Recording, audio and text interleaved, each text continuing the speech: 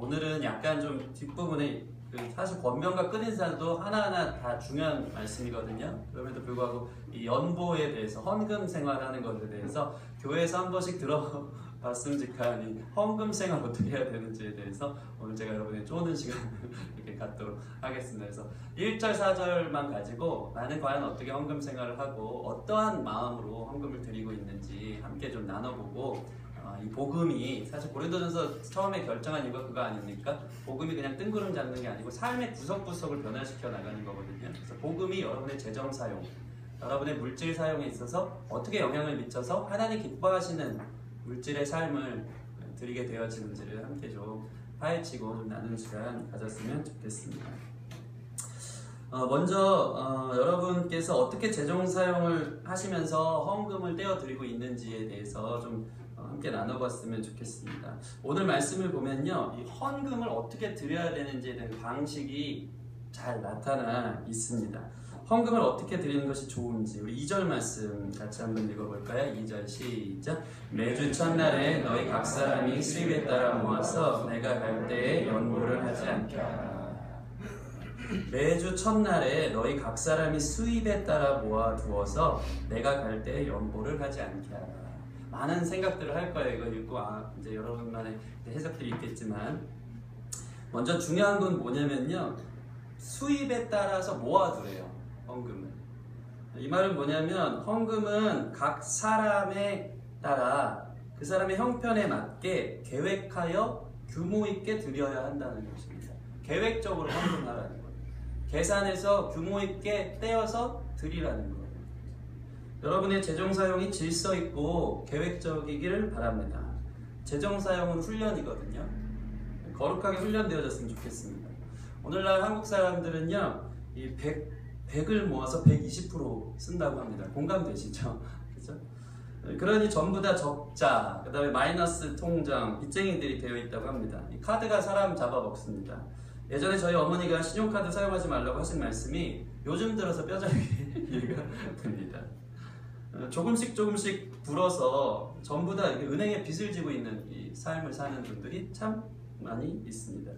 특별히 월급쟁이들은요, 카드값 갚느라고 월급날이 가장 행복한 날인 것 같지만 사실은 가장 우울한 날입니다. 분명히 숫자로 월급이 얼마 찍혀 있는데 잔고는 얼마 안 남아있는 은행에 반납한, 은행이 다 가져간 통장을 볼 때마다 얼마나 안쓰러운지 그런 것을 경험한다는 것이죠. 알뜰살뜰 재정 사용 훈련을 잘 하시기 바랍니다. 100%의 수입이 있다면 10%는 11조 하고 10%는 여러분의 곳간에 잘 모아두세요. 모아두시고 한 60%는 여러분을 위해 쓰세요. 그리고 20%는 이웃을 위해 사용하면 참 좋지 않을까, 제 개인적인 생각입니다. 근데 쉽지 않지만 이 훈련이 안 된 사람들이 청년 때부터 참 많이 있습니다. 그냥 되는 대로, 용돈도 그냥 되는 대로 막 쓰다가 계속 빚만 늘어가고 전혀 규모 없이 질서 없이 계획 없이 쓰는 분들, 그래서 막 쪼들리고 힘들어하시는 분들이 참 많이 있는 것 같습니다. 여러분이 특별히 이 재정을 하나님께 드리는 이 훈련은 지속적이고 길게 평생에 걸쳐서 가야 되는 게 영적 실력입니다. 한두 번 감동되어서 크게 드리는 것이 좋지만 꾸준히 드리는 것을 하나님과 기뻐하는 줄 믿습니다.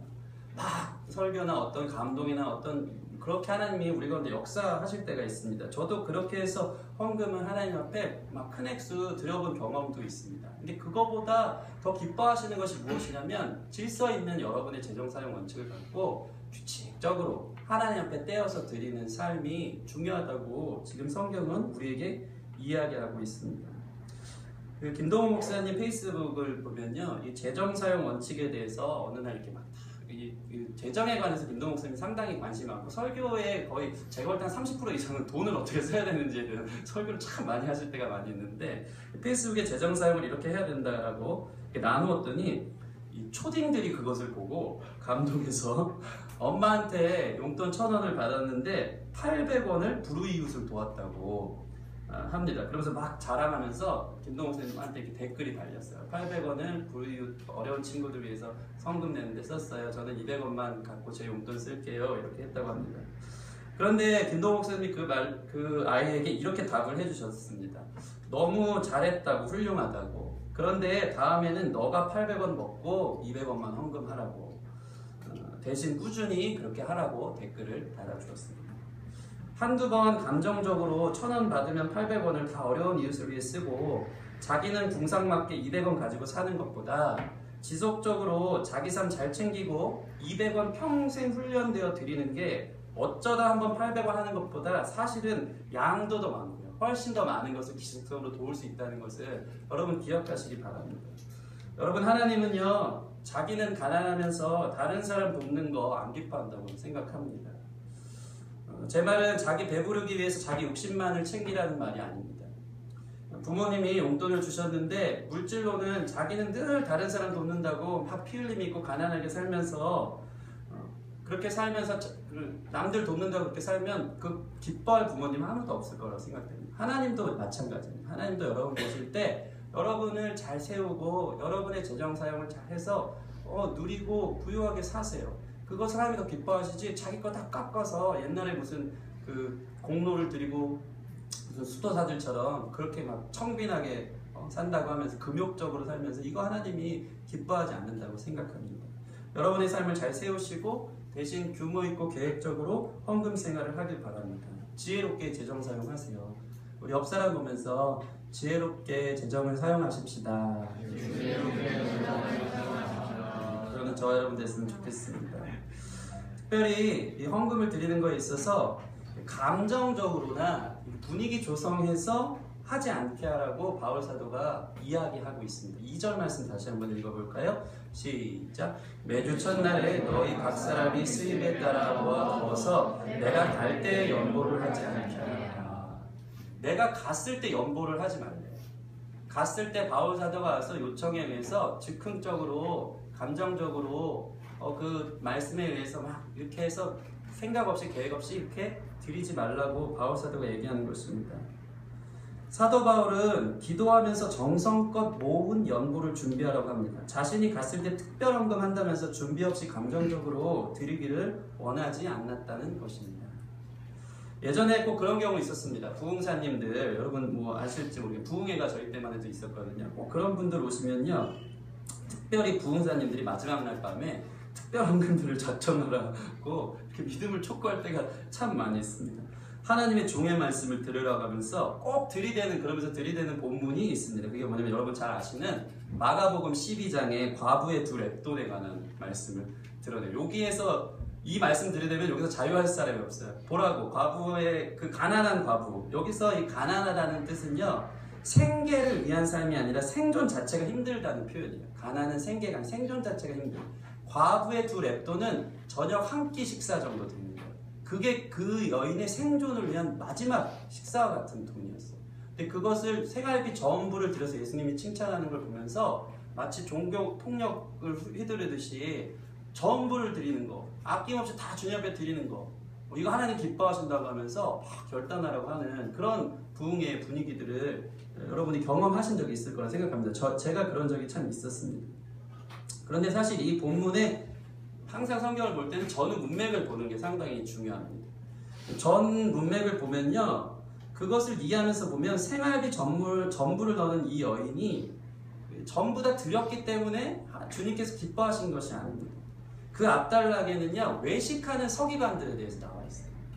이들은요, 헌금할 때 일부러 성전 들어갈 때 연보궤가 있는데요, 거기 당시는 동전이었기 때문에 많은 동전을 담아서 소리나게 쨍그라하면서 묵직한 돈을 던지는 거예요. 외식하는. 그러면 사람들이 겉에서 저 사람이 얼마큼 들었는지 그 소리만 들어도 대충 가늠이 되는 거예요. 그러면서 내가 이렇게 헌금을 많이 드렸어 하면서 동전 소리를 아주 묵직하게 던지는 거죠. 나야 하고. 근데 이것을 주님께서 얘기하면서 이어서 과부가 두 동전을 연보기에 넣었다는 그 사운드를 한번 생각해 보세요. 묵직하게 넣을 건 아니냐. 띵! 그게 뭔가 초라하죠. 초라한데 주님께서 그거 보면서 외식하면서 나 자랑하려고, 내가 헌금하는 거 사람들한테 보이려고, 내가 교회 헌금하는 거 이것 때문에 교회 되는 거야, 막 이런 마음으로 자기의 어떠함 자랑하려고 하는 그것을 경계하면서 자기의 전부에 자신의 신앙과 믿음과 마음을 드리는 그 과부를 하나님이 기뻐하셨다는 표현이 사실 마가복음 10장에 있는 그런 말씀이라는 것을 여러분 기억하시기 바랍니다. 주님이 중심을 보신다는 거예요. 가난한 중에 전부를 드렸다. 그 믿음으로, 믿음이 핵심이 아니라 외식함으로 헌금하지 말고 마음의 중심으로 감사해서 드리라는 거. 전부를 드리고 싶어서 그 감사함으로 드린 그 헌금을 주님이 칭찬하신다는 것을 여러분 기억하시기 바랍니다. 근데 이렇게 이 본문을 이용해서 종교의 힘을 빌어서 하나님께 마치 흥정하듯이 기브앤테이크 하듯이 많이 드리면 많은 복을 받는다는 이 기복신앙으로 예전에 부흥사님들이 많은 사람들이 이렇게 헌금을 마치 종교폭력으로 휘두르듯이 뜯어냈던 경우들이 참 많이 있습니다. 어떻게 합니까? 제 경험한 건데 다들 눈 감으세요. 300만 원씩 작정하세요. 꼭 이런 거 되게 많아요. 제가 오늘 작정을 여러분들 요구하려고 저희 교회를 위해서 작정을 하라고 갑자기 부흥사로 변하고 네. 다 같이 눈 감으시기 이런 경우가 있었어요. 마음이 어려운데 무슨 하나님 앞에 공들여야 된다는 것처럼 그때 분위기 조성돼서 감정적으로 드릴 때가 있었다는 것입니다. 여러분, 하나님께 드리는 헌금은 물론 하나님께 드리는 거지만 우리가 드리는 헌금으로 하나님 먹고 살고 뭔가 이 헌금 없으면 교회가 잘 안 될 것 같으니까 드린다는 그런 수준의 헌금 생활을 하지 않기를 바랍니다. 사도행전 17장 24, 25절 한번 띄워주시고 같이 한번 읽어볼까요?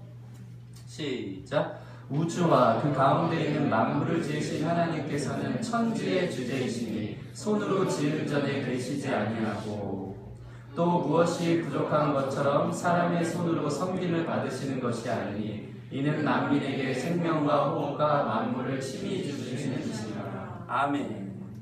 주님이 뭐 부족해서 달라는 거 아닌 줄 믿습니다. 그래서 뜯어내고 그래서 감정적으로 막 결단하라 그러고 그거 아닌 줄 믿습니다. 하나님께 감사해서 드리는 거예요. 그래서 매일의 삶을 계획하여서 그렇게 감사하는 삶이 지속적으로 이어지는 게 헌금 생활, 제대로 된 영성, 바로 된 실력이라고 믿습니다. 여러분, 헌금 액수가 결코 믿음을 대변하지 않습니다. 헌금은요, 그저 감사와 감격으로 드리는 거예요. 여러분이 얼마가 됐든 하나님 앞에 감사해서 계획적으로 드리는 여러분 됐으면 좋겠습니다.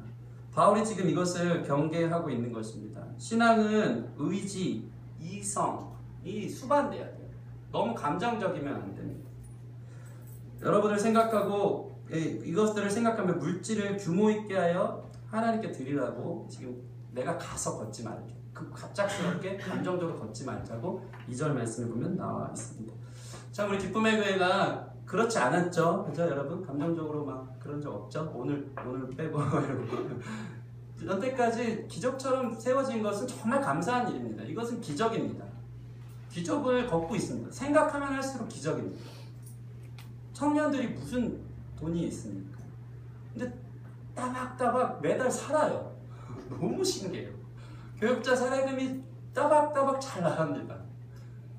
제가 재정에 관해서 이제 최근에 제가 이제 담당하고 맡게 됐는데 제가 맡자마자 약간 좀 힘들어졌습니다.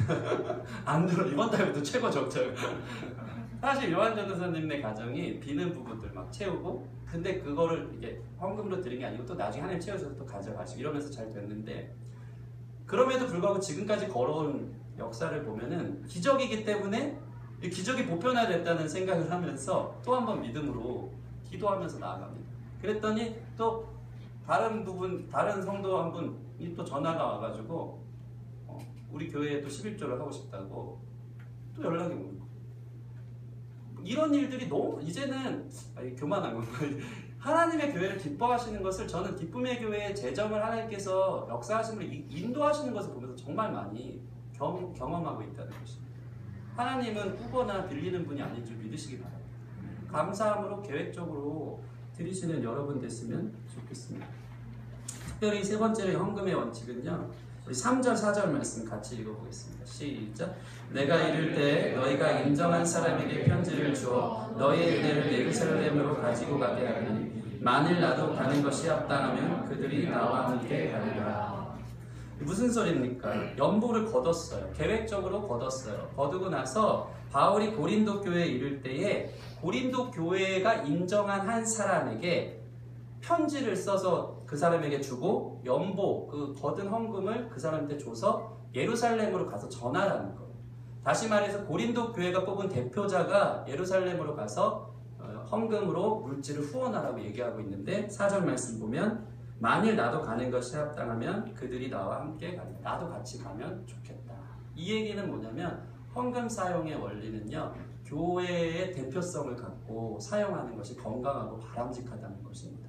여러분, 사실 이제 장로교단은 이제 민주 중심이죠. 그래서 공동의회를 소집해서 장로님들에 의해서 목회자들이 세워지고 그러면서 이제 만들어져 가는데, 이 민주주의가 무엇을 의미합니까? 여러분이 뽑아놓은 사람이 책임질 것을 믿는 거예요. 그렇기 때문에 여러분은요, 거룩한 공교회에 교회 대표를 우리가 신임하면서 그 사람이 어떻게 규모 있게 쓸 것을 믿으면서 여러분이 준비한 헌금을 드리는 것입니다. 그 대표성이 상당히 중요합니다. 여러분이 그것을 인정했기 때문에 기쁨의 교회에 헌금하는 줄 믿습니다.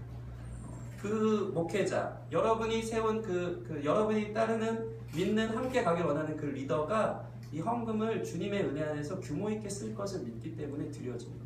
그래서 그것을 인정하고 그 모든 헌금을 함께 모아서 책임감 있게 사용할 것을 알고 있기 때문에 드리는 거예요. 그래서 교회가 대표해서 쓰는 것이 상당히 중요합니다. 개인적으로 이렇게 드리는 게 아니고, 개인적으로 뭐 필요에 따라 물론 헌금하고 이제 다른 사람들 도울 수 있겠지만, 여러분의 헌금이 여러분이 인정한 대표로 인해서 쓰여진다는 것을 기억하고 믿고 신뢰함으로 드려지는 여러분 됐으면 좋겠습니다. 대표성은 상당히 중요한 거 아닙니까? 저는 이런 말 되게 좋아하는데, 이완전 선생님이 이런 거 한 번 하면 되게 저는 멋있게 왔어요. 뭐냐면 교회를 대표하여 감사드립니다. 그때 수련회 때도 마지막 인사할 때 교회를 대표하여 감사드립니다 하고, 때로는 교회를 대표하여 사과를 드립니다. 이 말을 하면요, 대표가 이 말을 하면 모든 사람들이 다 그 말에 영향력 아래에서 인정을 해요. 예를 들어서 이 교회 대표가 나와서 교회를 대표하여 감사드립니다를 안 하고 무슨 우리 동일 형제가 나와가지고 교회를 대표하여 감사를 드립니다. 그 대표가 아니기 때문에 영향력이 없어요. 대표단데 뭔데 자기가 대표를 해서 이렇게 감사를 한다 그러지? 근데 대표를 세웠다는 여러분이 세운 그 대표가 감사합니다, 죄송합니다 이런 얘기하면 다 모든 사람들에게 표현력 있게 흘러간다는 거예요. 그래서 이 대표성이 상당히 중요한 거예요. 바울 사도는 그렇게 헌금을 하라고, 그렇게 헌금이 쓰이는 것이 바람직하다고 지금 우리에게 이야기하고 있는 것입니다. 헌금이 이 세 가지 안에서 여러분의 삶의 재정 사용의 원리를 가지고 사용하시길 바라고요. 감정적으로 드리지 말고 규모 있고 계획적으로 지속적으로 드리길 바라고, 교회 안에 믿고 신뢰하는 마음으로 드리는 여러분 되었으면 좋겠습니다. 이제 본론으로 들어가서 다음으로 우리가 이 헌금을 하는 방식에 대해서 좀 나눠보려고 합니다. 첫째로 우리 1절 말씀 같이 읽어보겠습니다. 헌금이 어떻게 쓰여져야 되는지에 대해서 좀 나눠보겠습니다. 1절 시작. 성도를 위하는 연보에 관하여는 내가 갈라디아 교회들에게 명한 것 같이 너희도 그렇게 하라. 1절 처음 보면요, 성도를 위하는 연보라고 나와 있어요. 헌금은요, 성도를 위해야 합니다. 사람을 위해서 헌금이 쓰여져야 됩니다. 모든 목적이 거기 중심입니다. 성도를 세우는데, 성도를 살리는데, 사람을 살리는데 헌금이 쓰여지는 것이 건강한 교회인 줄 믿습니다. 이 갈라디아 교회에게 명한 것 같이라고 하는데, 갈라디아 교회에 무엇을 명했냐면요, 우리 갈라디아 2장 10절 말씀 앞에 있으면 함께 읽어볼까요? 갈라디아 2장 10절 시작. 다만 우리에게 가난한 자들을 기업하도록 부탁하였으니 이것은 나도 본래부터 힘써 행하여 왔노라. 특별히 가난한 자들을 위해서 헌금이 쓰여지는 것을 이야기하는 겁니다. 갈라디아 교회가 그렇게 하듯이 너희도 가난한 사람들을 위해서 헌금이 나누어지기를 원한다고 지금 바울 사도가 가르쳐주고 있는 것입니다. 여러분, 야고보서 2장 27절 이런 말씀이 있습니다. 하나님 아버지 앞에서의 정결하고 더러움 없는 경건은 곧 고아와 과부를 그 환난 중에 돌보고 또 자기를 지켜 세속에 물들지 아니하는 그것이라.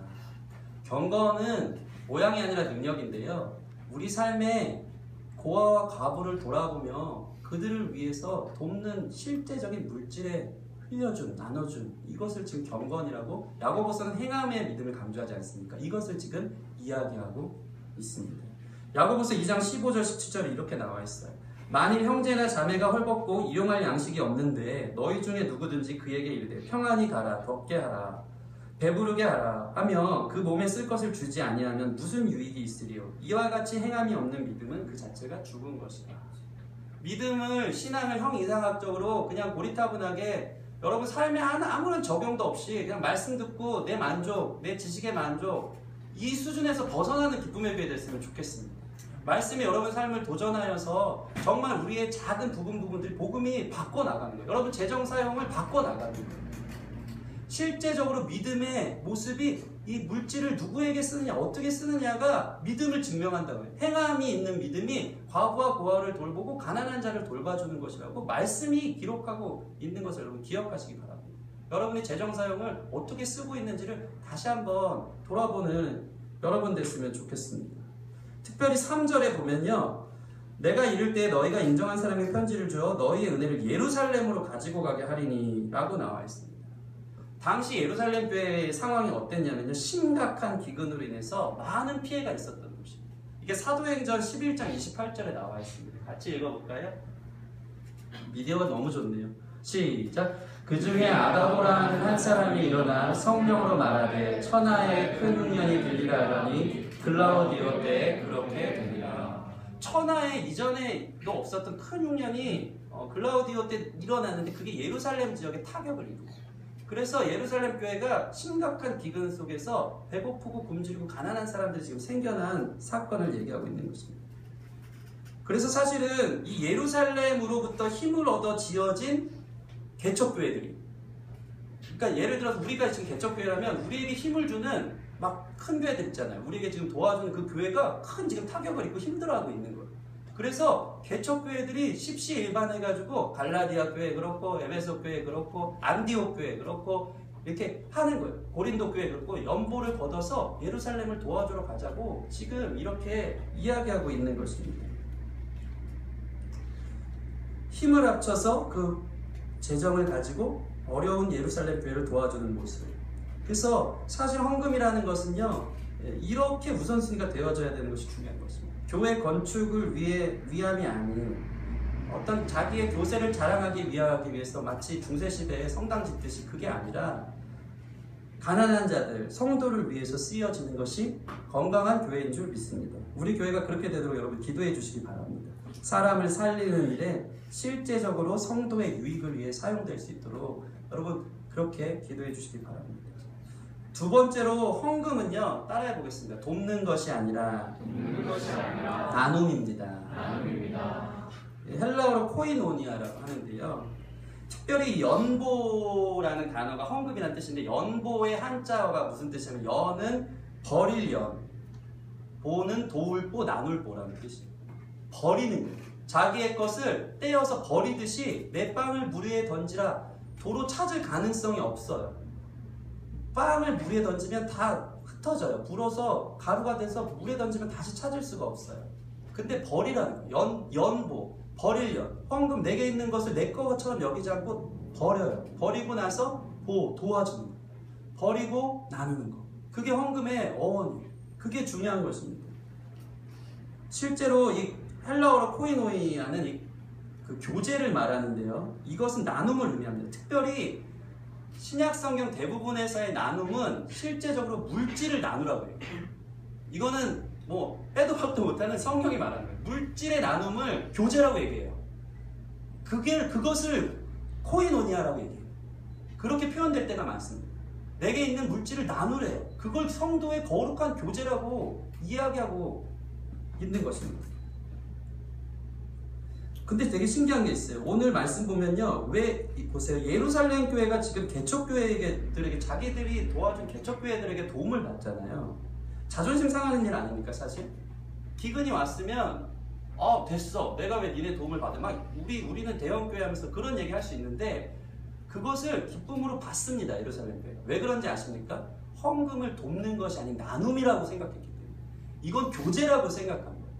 도움 받는 게 아니고 교회와 교회가 필요에 따라 나누는 거예요. 나누는 것이기 때문에 예루살렘 교회가 자존심 세우지 않고 개척 교회들한테 도움을 이렇게 그 나눔을 통해서 받고 있는 것이라는 이 개념이 되게 중요합니다. 교제하는 거, 사랑을 나누는 게 헌금이래요. 여러분, 우리 게 어디 있어요? 사실 돕는다는 말이 이 돕는다는 표현은 하나님만 하는 거예요. 하나님이 우리를 도우시죠. 우리가 뭘 돕습니까? 하나님 주신 거 나누는 거예요. 그게 헌금인 줄 믿습니다. 주셔서 나누는 거예요. 내 것이 사실 어디 있습니까? 하나님 주신 거죠. 그죠? 내 거 없어요. 하나님이 허락하셔서 가능한 거예요. 제가 어저께 도둑을 맞았는데 뼈저리게 느꼈습니다. 집이 뭐가 안전해요. 저희 집 안 안전하더라고요. 5층 빌라인데 옥상에서 저는 내 생각 그런 적도 처음이네. 집에 토요일날 이제 설교 준비하려고 날이 더워서 카페에 갔다가 6시에 나갔다 11시 반에 들어왔는데 진짜 영화처럼 그 옷장이 다 뒤집어져 있었어요. 금품이 다 이렇게 되고. 너무 놀래가지고 처음에는 우리 와이프한테 정리를 안 한 거 간 줄 알고 애기 옷만 옷장만 있는 줄 알고 했더니 와서 보라고 막 난리가 난 거야. 갔더니 진짜 금괴가 다 열려 있어요. 확인해 봤더니 애기 돌반지, 뭐 예물 다 가져갔어요. 가뜩이나 가난한 집인데 저 되게 지금 생각하고 있습니다. 도대체 이건 뭔가 혼자 막 기도하면서 이렇게 생각하고 있는데 재밌더라고요. 경찰을 불렀어요. 너무 당황해서 진짜 소름 끼치게 누가 우리 집 낯선 사람이 와서 그걸 뒤지고 갔다는 생각에 너무 소름이 끼치는 거예요. 경찰을 불렀죠. 이거 진짜 경찰 부를 일인 거예요. 왔어요. 왔더니 진짜 수사대, 그 과학수사대에서 오더라고요. 와가지고 영화 속에서나 보는 것처럼 불을 딱 끄고 그 랜턴, 그 특수 랜턴인 것 같아요. 벼닥에 딱 켰더니 그 세상에 그런 먼지는 처음 봤습니다. 우리 집이 그렇게 지저분한 거 처음 봤어요. 불을 다 끄고 그걸 딱 켰는데 온갖 사머리, 우리 고양이 이거든요. 사머리 털과 먼지가 쫙 더러워서 부끄러워가지고 죄송합니다 이랬더니 원래 가정집이 다 이렇습니다 이러면서 신발 자국을 찾는 거예요. 그 증거들을 찾아요. 알고 그걸 이제 동선을 어떻게 찾았는데 지문은 이 장갑 껴고 들어와서 또 없었고요. 다 이렇게 하더라고요. 지문 채취도 하고 하는데 불 다 끄고 봤더니 그 베란다 문이 방충망을 완전히 열었어요. 그래서 옥상에서 저희 집 맨 꼭대기 5층이기 때문에 침입을 해가지고 이제 들어와서 금품을 다 이제 가져갔죠. 오늘 설교랑 좀 연관되는 게 뭐냐면 내게 없어요. 제가 한 게 깨달은 게 뭐냐면 이거에 대한 하나님의 많은 뭐 인내와 연단과 뭔가 이렇게 뭘 가르치시려고 사실 기도하면서 해결하면 기도하면 항상 하나님이 알려주셨거든요. 그래서 그런데 설교 전에 제가 한 가지 깨달은 사실은 네 거 없다고 얘기하시는 거예요. 아무리 내가 곡간을 싸서 모아두고 내 것처럼 내가 잘 먹고 잘 살기 위해서 내 것을 이렇게 가지고 있는데 하나님이 허용하시면 언제든지 그거 다 가져가서 나보다 더 어려운 사람이었나 보네요. 지금 생각해보니까. 그러라고 가져간 거죠. 우리가 기억해야 됩니다. 기억해야 됩니다. 헌금은요, 내 거 주님께 뜯어서 도와주는 거 아니에요. 헌금은 하나님이 허락하신 거 나눠주는 거예요. 그리고 누가 나에게 나눠줄 때 나눔이기 때문에, 사랑이기 때문에 기꺼이 받는 거예요. 그게 아름다운 성도 안에 교제인 줄 믿습니다. 계속 요즘 이런 말씀 우리 교회에 하지 않습니까? 지난번 금요 콘서트 때도 그죠? 박강식 선교사님 와서 나눔에 대해서 이야기해 주시지 않았습니까? 그분은 결혼 반지까지 다 팔아가지고 어려운 사람 나눠줬다고 그러더라고요. 그러면서 저에게 찔리는 말 한마디 하지 않았습니까? 결혼 반지 괜히 세수하다가 옆에 놓고 잊어버리는 경우가 많은데 자기는 사진 찍어둬서 평생 간직한다. 근데 저에게 하는 소리더라고요. 제가 세수하다가 결혼 반지 잊어버린 케이스거든요. 저한테 사실 이런 연단을 요즘 들은 이런 거 말씀해 주시는 것 같아요. 방학 때 제일 쪼들리고 제일 힘들 텐데 다 가져가셨어요. 할렐루야. 여러분의 나눔을 네 제가 원합니다. 뭐 이런 거 이거 설교하고 할렐루야. 상당히 웃겨지네 막 개인적으로. 네. 적용하시기 바랍니다. 재밌네요. 그래서 연보는요, 내 것을 버리고 남에게 나눠주는 것이란 이 개념이 여러분에게 건강한 신앙으로 박혀 있으면 좋겠습니다. 여러분 거 없어요. 하나님 주셔서 흘려주는 거예요. 여러분 사회가 왜 썩어 있습니까? 사회는 흘려주지 않아서 고여있기 때문에 썩어 있는 거예요. 갈릴리에서 요단강으로 흘러가는 건 썩지 않아요. 흐르는 건 썩지 않아. 하나님 여러분이 주신 거 나누라고 주신 거예요. 자기 곳간에 모아두면 다 썩어요. 다 쓰지도 못해요. 언제 어떻게 될지 몰라요. 주실 때 여러분 저는 이상해지네. 주실 때 나누는 여러분 되기를 바랍니다. 상당히 재밌네요. 재밌자고 하는 얘기예요. 특별히 이것은 어떤 교제까지 어떤 나눔까지 흘러간 것이냐면요. 놀라운 나눔인데 그 이방인들이 예루살렘은 유대인 중심 아닙니까? 유대인들을 향해서 돕는 나눔이었어요. 이것은 아주 큰 반향을 일으키는 사건이었어요. 사랑의 교제가 뭔지 보여주고 나눔을 통해서 이방인과 유대인들의 벽이 깨지는 놀라운 연합이 시작된 거예요. 여기까지 이르는 거예요. 그렇게 여러분의 물질로 성도들을 위해 나누는 복이 있기를 원합니다. 그러면 관계의 벽이 깨져요. 먼저 손 내미세요. 먼저 도와주세요. 먼저 사랑하세요. 그러면 열려지고 아름다운 초대교회 공동체가 우리 교회 가운데 이루어질 줄 믿습니다. 놀랍고 풍성한 사랑의 은혜를 받습니다. 여러분이 혼자 외롭지 않다는 걸 경험하게 될 줄 믿습니다. 마지막으로 헌금은요. 따라해 보겠습니다. 예배 행위입니다. 더 쉽게 헌금은 예배입니다. 2절 보면요. 매주 첫날에 너희 각 사람이 수입에 따라 모아둬서 내가 갈 때 연보를 하지 않게 하라. 매주 첫날이라고 나와 있습니다. 매주 첫날. 이건 뭐냐면 매주의 첫날은 언제죠? 태양력이 오면 일요일 아닙니까? 일요일. 주일이죠. 우리가 말해요. 당시에는 안식일도 지켰어요. 그리고 주일도 지켰어요. 그러다가 점점 초대교회가 진행되면서 안식일이 사라져가면서 주일을 지키기 시작했어요.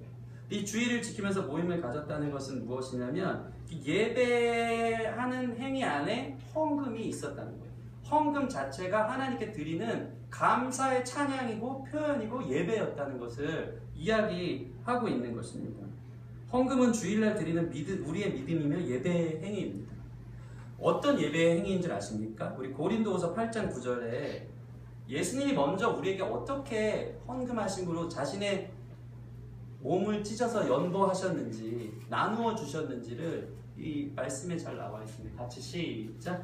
우리 주 예수 그리스도의 은혜를 너희가 알거니와 부요하신 이로써 너희를 위하여 가난하게 되시는 그의 가난함으로 말미암아 너희를 부요하게 하여 하심이라. 아멘.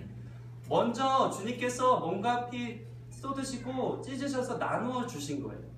그분이 우리를 위해서 가난하게 되어서 우리를 부욕해 하신 것을 감사하면서 이제 내 삶도 주님께서 주신 부요함 안에서 나누기를 원한다는 그 예배의 행위가 바로 이 헌금이라는 것을 여러분 기억하시기 바랍니다.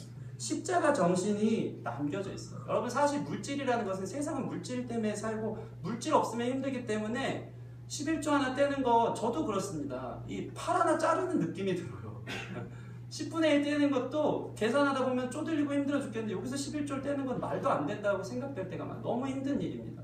자기를 쪼개어주는 듯한 그런 아픔이 있을 수 있는 게 바로 재정이에요. 그럼에도 불구하고 예배의 행위라는 거. 주님이 우리에게 그렇게 하셨기 때문에 믿음으로 내 팔을 자르는 아픔이 있더라도 먼저 하나님 앞에 드려지는 그런 온전한 예배가 여러분 가운데 있기를 바랍니다. 여러분이 사는 것은 물질이 아닙니다. 물질이 주인이 아닙니다. 여러분의 주인은 주님이신 줄 믿습니다.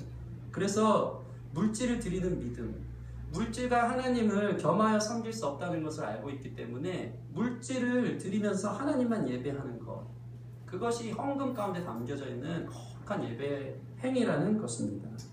그래서 예배 중에 준비한 것을 드리는 것이 바로 헌금이네요. 말씀을 맺겠습니다. 여러분, 우리의 헌금, 연보가 하나님 앞에 공드리는 것이 아니길 바랍니다. 하나님은 뿌시는 분이 아니라는 사실을 기억하십시오. 감사함으로 드리시는 여러분 됐으면 좋겠습니다. 특별히 헌금할 때 외식하지 않길 바랍니다. 인본주의적인 생각도 다 버리시길 바랍니다. 그저 준비한 것 드리고 헌금의 질서를 잘 세워서 계획적으로 꾸준히 지속적으로 나눔하는, 연보하는 여러분 되기를 바랍니다. 특별히 이 헌금은요, 여러분이 인정한 교회 대표가 그것을 잘 사용하라고 사랑으로 헌금한 건 줄 믿습니다. 그래서 철저히 교회가 여러분을 대신하여 대표성을 갖고 이 성도와 사람을 위해서 사용하는 사랑의 통로가 되는 거예요. 그러므로 여러분은 교회에 헌금한다는 사실을 기억하시기 바랍니다. 특별히 이 안에 여러분의 마음을 담아 예배의 마음을 담아 드리십시오. 하나님께 물질이 아닌 주님을 섬긴다고, 물질 때문에 살지 않겠다고, 물질보다 가치 있는 삶 살겠다고, 내게 허락하신 것이지 내 거 아니기 때문에 썩어 고여있지 않고 나눠주는 삶 살겠다고 살아보세요. 하나님이 너무 잘 사는 사람, 그렇게 잘 쓰는 사람, 잘 나눠주는 사람 더 복 주실 줄 믿습니다. 믿음을 올려드리는 예배의 행위가 헌금인 줄 믿습니다. 고아와 과부와 객을 돕는 나눔의 행함으로 이어져서 여러분 헌금이 믿음으로 드린 줄 알았더니 결국에는 삶의 예배로까지 이어집니다. 행함으로 이어지는 그 믿음의 완전한 그 아름다운 균형을 이루는 것이 헌금이라는 것을 여러분 기억하시고 믿음으로 드리고 행함으로 실천하게 되는 그러한 저와 여러분 되기를 주님의 이름으로 축원합니다.